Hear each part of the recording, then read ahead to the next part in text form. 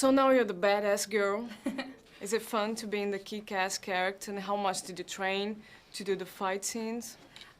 Yes, I had so much fun playing this badass chick. She's pretty ferocious, and she's an amazing fighter and intimidating and definitely a force to be reckoned with.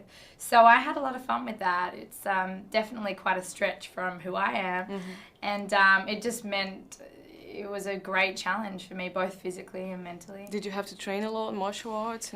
Yeah, I had an extensive training period, 3 to 4 months before we started shooting, and I was working 4 or 5 hours a day, and I learnt basic martial arts, and then learnt how to use a sword and shoot a gun and ride a Ducati motorbike.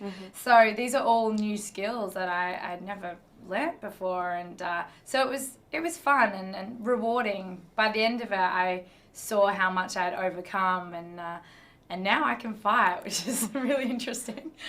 Be scared. Yeah, Okay. I'd be very scared. So you're now very familiar with the CG elements you did, the Sorcerer's Apprentice, and now I Am Number 4.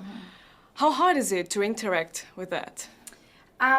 The great thing about I Am Number 4 is that we do a lot of practical effects. So what you see is really us.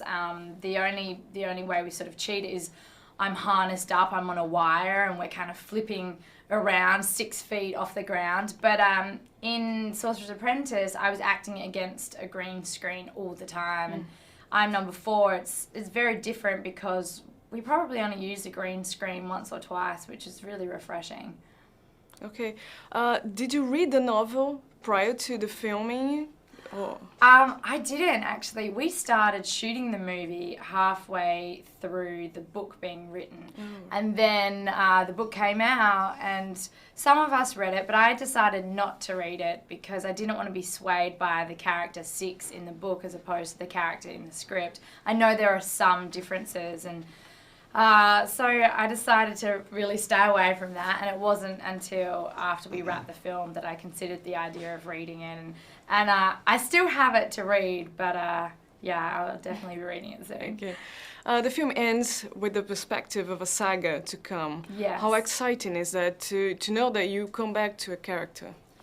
Look, there are no guarantees, so if audiences embrace the movie and they want to see a sequel, then we would be so happy to make one. I know we all really enjoyed doing this movie, and I would love to portray Number 6 again. I think she's such an interesting and mysterious character. I think there's so much more to explore with her.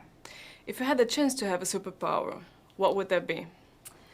If I had a superpower, I think it would be the same as what Number 6 has, which is teleportation.